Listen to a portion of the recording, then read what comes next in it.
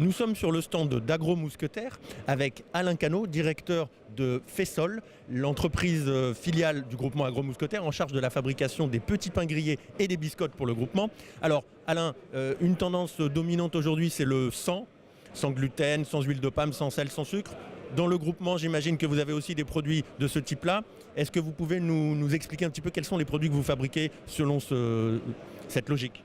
Bien, nous, aujourd'hui, nous avons développé depuis de nombreuses années différents produits avec des allégations sans sucre, sans sel, comme le petit pain grillé qui ici est sans sucre ou de la biscotte sans sel. Ces produits permettent aux consommateurs de retrouver ces allégations dans les rayons de leur supermarché et surtout de pouvoir répondre à une contrainte alimentaire ou une contrainte de régime sur ces produits qui peuvent être de grande consommation. Et quand vous dites nous produisons ça depuis de nombreuses années, aujourd'hui, quelle est la part de production et de volume que ça représente dans les ventes ? Aujourd'hui, c'est une petite part de nos ventes. Les grands noms, les grands produits sont quand même les produits classiques. Mais aujourd'hui, cette vraie tendance sur les allégations, sans ou alors avec des ajouts de graines de lin pour avoir des oméga 3, c'est quand même une tendance de fond lourde qui apparaît de plus en plus. Et il y a à peu près combien de références en tout dans la gamme qui sont comme ça concernées par ces 100 ? Alors aujourd'hui, sur la gamme biscotte, on a deux types de biscottes, la biscotte sans sel, la biscotte sans sucre. Et sur les petits pains grillés, qui s'adressent plus à une tranche d'âge 35-45 ans, on retrouve le sans sucre uniquement. Alors Alain, depuis combien de temps donc ces références sans sel, sans sucre existent dans la gamme et qu'est-ce que ça représente aujourd'hui dans les ventes en volume ?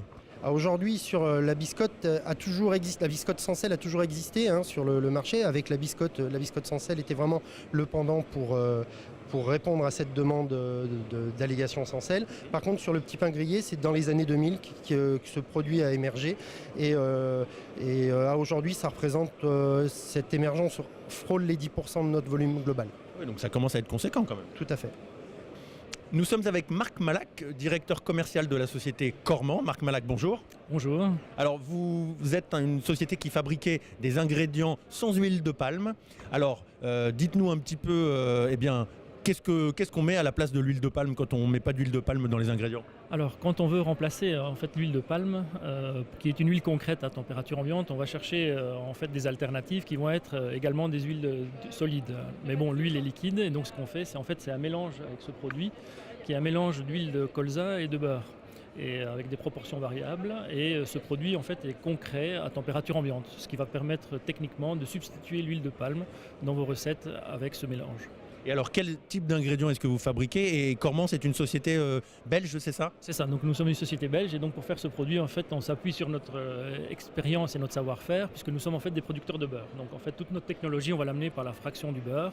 Et comme vous voyez ici, nous sommes quand même une grosse société et le beurre là, il provient des usines là, notamment celle belge. Parce qu'aujourd'hui, Cormand a 5 usines de production, elles sont toutes en Europe, réparties entre la Belgique, la France, en Irlande et en Allemagne. Et c'est votre première visite première présence sur le salon ? Voilà, première présence sur le salon cette année, oui.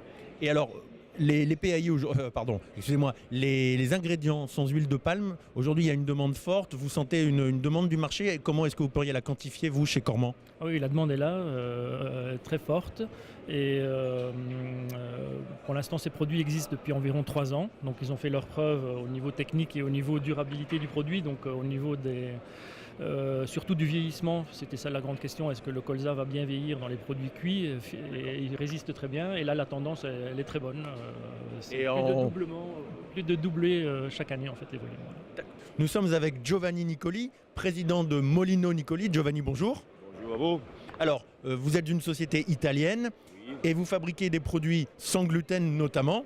Oui. Alors, est-ce que vous pouvez nous dire quel type de produit vous fabriquez, s'il vous plaît ? Alors, nous fabriquons surtout des produits à base de céréales, c'est-à-dire de céréales qui n'a pas de gluten, c'est-à-dire le maïs, c'est-à-dire le riz, c'est-à-dire l'avoine. Et on a commencé à produire des céréales pour le petit déjeuner. Et pour avoir une ligne complète, on a continué, on a fait de bars de céréales, on fait des biscuits de céréales, on fait toujours sans gluten, on fait de pain, on fait de pizza, On fait de la pâte alimentaire sèche et fraîche. Et on fait aussi des dolci qu'on s'appelle en France, de dolci, c'est-à-dire de la qu'on s'appelle les dolci. Des douceurs Non. Beignets, croissants. Des confiseries, de la viennoiserie, confiserie. Confiserie, exactement. D'accord. Tu exclusivement sans gluten pour avoir une ligne complète. Parce que À peu près combien de produits vous avez sans gluten dans votre gamme? il y a 18